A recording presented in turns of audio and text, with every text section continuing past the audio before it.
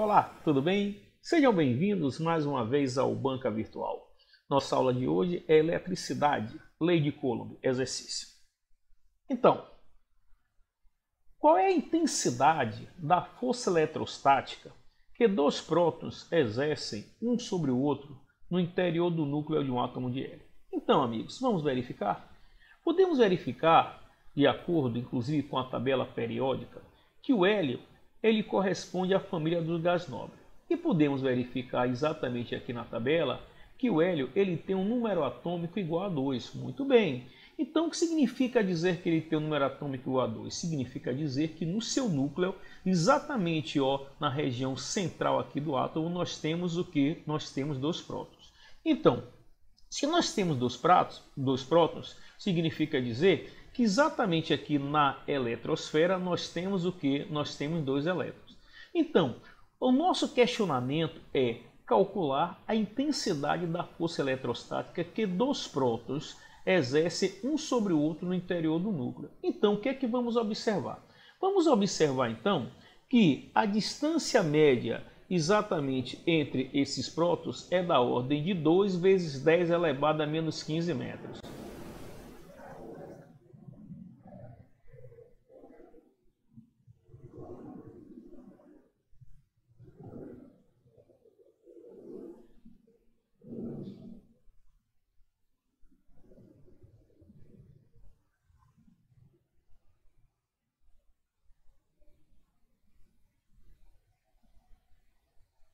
Então, podemos verificar que a distância média entre esses prótons é da ordem de 2 vezes 10 elevado a menos 15 metros.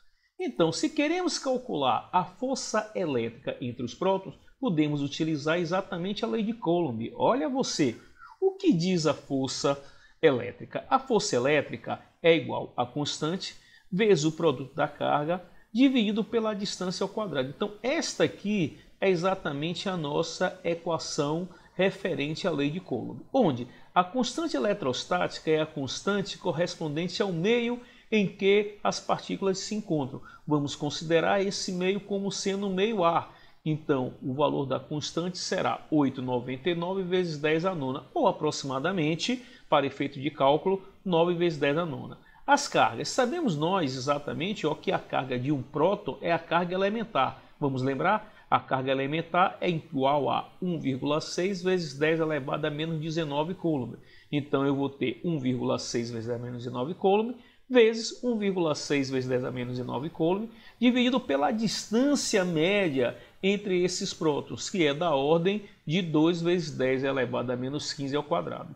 Realizando essa operação, chegamos exatamente ao resultado que essa força, olha só, gente, repulsiva entre esses prótons é da ordem de 58 newtons. Então, é muito interessante, sim, verificar que essa força repulsiva entre os prótons é da ordem de 58 newtons. Diga-se de passagem, olha você, uma força de certa magnitude.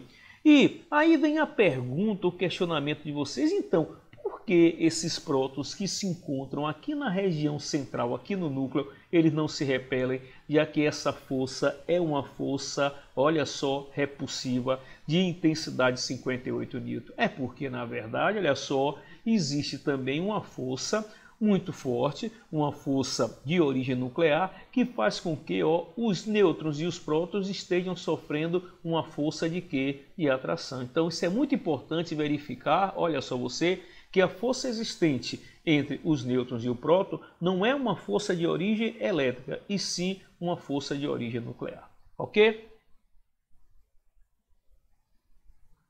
Vamos agora verificar essa nova situação aqui, uma situação de condição de equilíbrio entre partículas pontiformes. Olha o que nós temos. Duas partículas carregadas são posicionadas como mostra a figura. Sabendo que a carga Q1 é igual a 0,15 Coulomb e está localizada na origem do meu sistema, e que a carga Q2 é de 0,35 coulombs e encontra-se sobre o eixo a uma distância x2 igual a 0,40 metros, onde deveria estar uma terceira partícula carregada Q3 a fim de estar em uma posição de equilíbrio. Muito bem. Então nós vamos verificar aqui, olha só, que exatamente colinear nós temos as cargas Q1, Q2 e Q3. Verificamos nós que a carga Q1 é uma carga positiva de 0,15 coulombs e a carga Q2 é também uma carga positiva de 0,35 coulomb. Eu quero saber exatamente, olha bem, em que posição ao longo dessa linha que une Q1, Q2 e Q3, onde deverá estar localizada, olha você, a carga Q3, para que a mesma esteja em uma condição de equilíbrio estático. Então vamos verificar. Como eu estou considerando essas partículas como sendo uma carga pontual, então eu vou levar em consideração que a condição de equilíbrio vai afirmar o quê? Que o somatório das forças que agem nessas cargas tem que ser igual a zero. Então eu verifico se a carga Q1 é uma carga positiva e a carga Q3 é negativa, então cargas de sinais opostos eu vou ter aqui uma força atrativa. Então olha só, essa força F1 de 3 é uma força atrativa de quem? De Q1 e Q3. Eu vou dizer que a carga Q2, como vocês podem ver, olhem bem, é uma carga também positiva e a carga Q3 é negativa. Então vai existir então uma força atrativa de quem? De 2 em 3. Então nós podemos representar, nós podemos visualizar que a força elétrica que está agindo em Q3 é a força de 1 em 3 e a força de 2 em 3. Eu observo que eu tenho aqui duas forças que se encontram exatamente na mesma direção, porém sentidos, olhem bem, muito bem, sentidos opostos. Então eu posso dizer, amigos, que para a carga Q3 estar na nossa condição de equilíbrio, será necessário que a força F de 1 em 3 e a força F de 2 em 3 tenham necessariamente o que? O mesmo valor numérico, a mesma magnitude, o mesmo módulo. Então eu vou verificar, condição de equilíbrio é que a força F de 1 em 3 seja exatamente igual à força F de 2 em 3. Muito bem. Então, como vamos equacionar agora para saber exatamente essa posição em que essa carga Q3 está localizada exatamente nessa linha aqui que une as nossas cargas. Então eu vou verificar que, de acordo com a lei de Coulomb, eu posso dizer que a força elétrica é a constante vezes o produto da carga Q1, Q3 vezes a distância que une Q1 a Q3. Opa!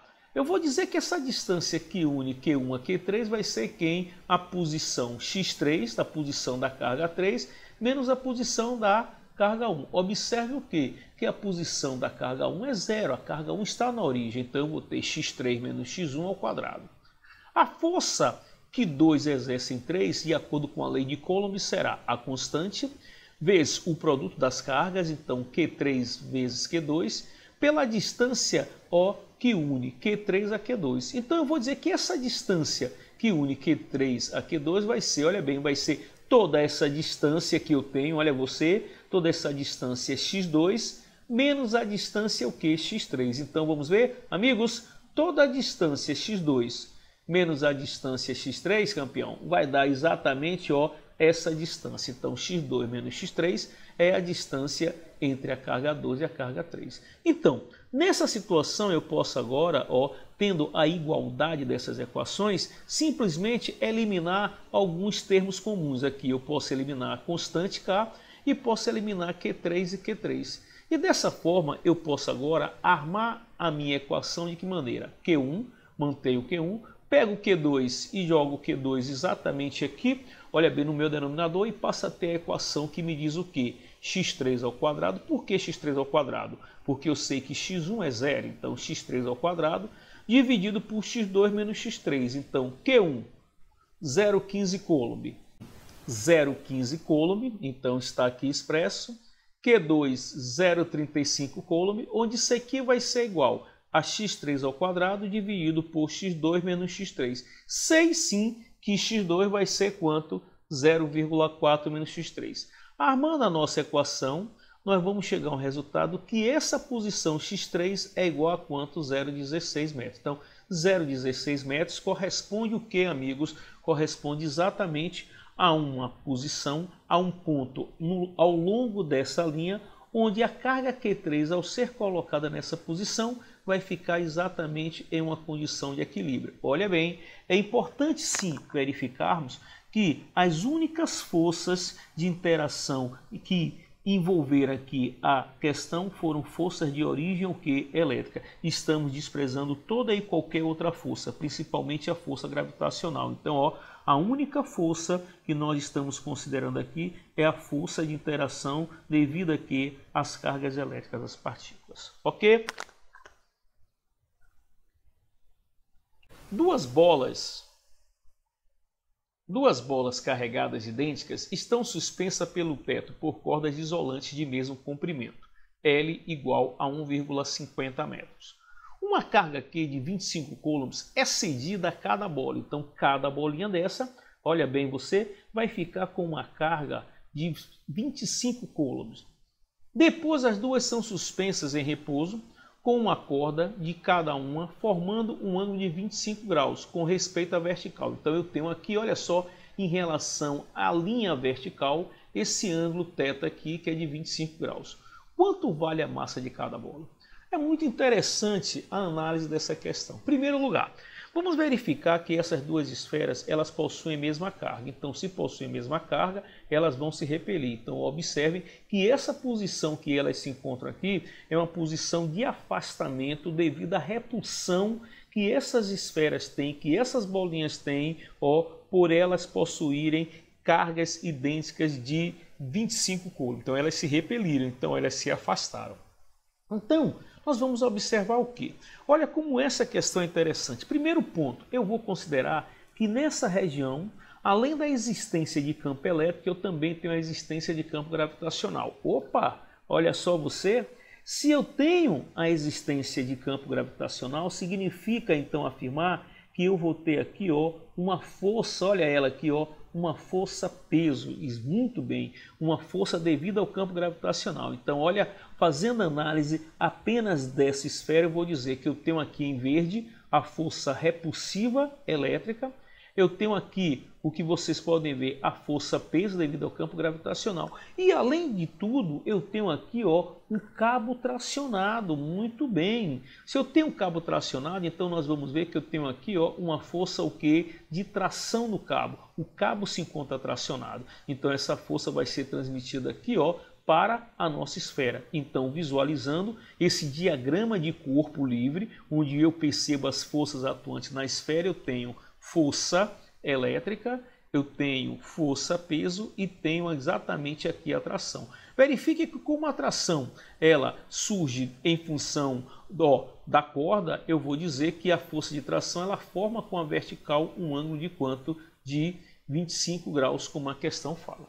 Então, amigos, o que é que nós verificamos aqui? Nós verificamos essas forças agindo na nossa, na nossa esfera. Então, eu posso verificar que essa esfera, sim, também está em equilíbrio. Se ela está em equilíbrio, então eu posso agora, ó, decompor essas forças para poder fazer a análise de equilíbrio. Então, vamos ver? Olha só, se eu decomponho essa tração, eu vou encontrar essa componente horizontal Tx. A mesma coisa, ao decompor aqui, ó, eu vou encontrar essa componente vertical Ty. Muito bem. Então, olhem bem, meninos, após essa decomposição, eu verifico agora que eu tenho forças.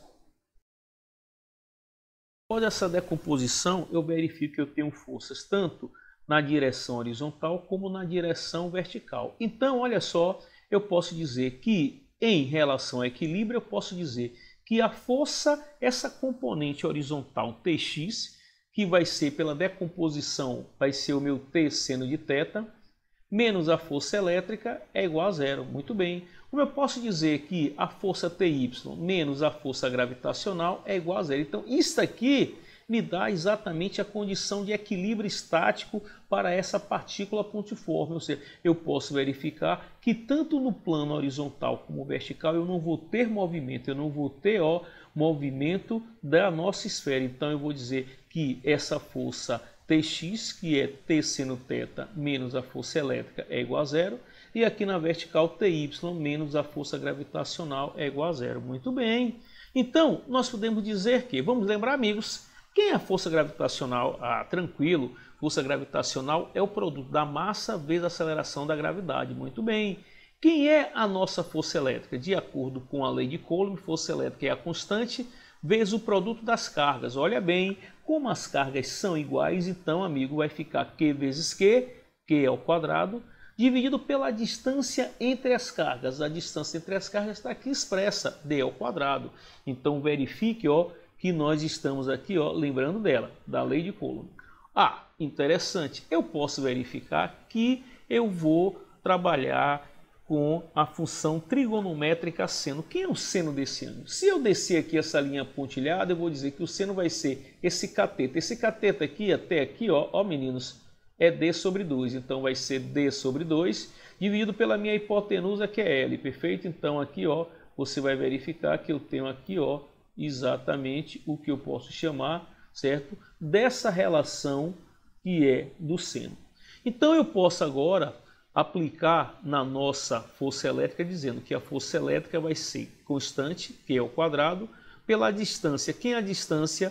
A distância D ao quadrado vai ser, simplesmente, eu sei que D vai ser seno de E, θ, vezes L, vezes 2. Então, 2L seno de θ ao quadrado. Então, dessa equação aqui, olha bem, eu tiro que D é igual a 2L seno de θ ao quadrado. Então eu passo a ter aqui a minha equação que diz que a força elétrica é igual a K vezes Q ao quadrado, dividido por 4L ao quadrado seno ao quadrado de θ. Então eu agora já tenho, olha que legal, eu já tenho uma força elétrica. Eu posso agora dizer algo para vocês. Amigos, dá para você simplesmente verificar algo comigo aqui bem interessante, mas muito interessante. Eu posso chegar para você e dizer que T seno θ sobre T cosseno θ vai ser igual a força elétrica sobre a força gravitacional. Opa, da onde eu tirei isso? Peraí, da onde é que eu tirei isso? Primeiro, vamos observar quem é exatamente, olha só você, o que eu posso chamar da tangente desse ângulo. A tangente desse ângulo vai ser esse cateto por esse cateto, é o cateto oposto pelo cateto adjacente. O cateto oposto a θ é exatamente Tx, o cateto adjacente é Ty. Então, Tx quem é? T seno θ. Ty quem é? T cosseno θ. A mesma coisa eu posso verificar aqui. Se eu faço uma continuação aqui desse segmento aqui, eu posso dizer que a tangente de θ vai ser a força elétrica pela força gravitacional. Tranquilo.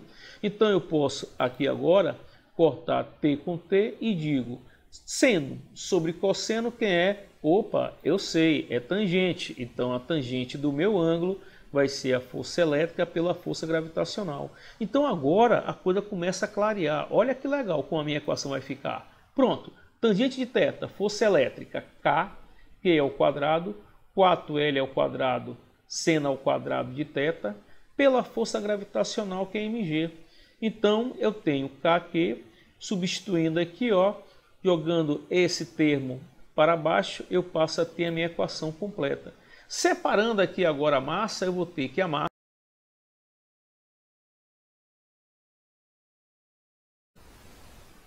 substituindo agora os valores, eu posso dizer constante K, 9 vezes 10 a nona, carga, nós temos aqui 25 microcoulomb, gravidade 10, L nós temos que vai ser igual ao comprimento do fio 1,5, o seno é o seno do ângulo 25 e a tangente que também é a tangente de 5. Dessa forma, nós encontramos aí que a massa de cada esfera vai ser 0,764 quilogramas. Então, essa aqui é a resolução para essa questão na qual nós podemos verificar as nossas esferas em uma condição de equilíbrio.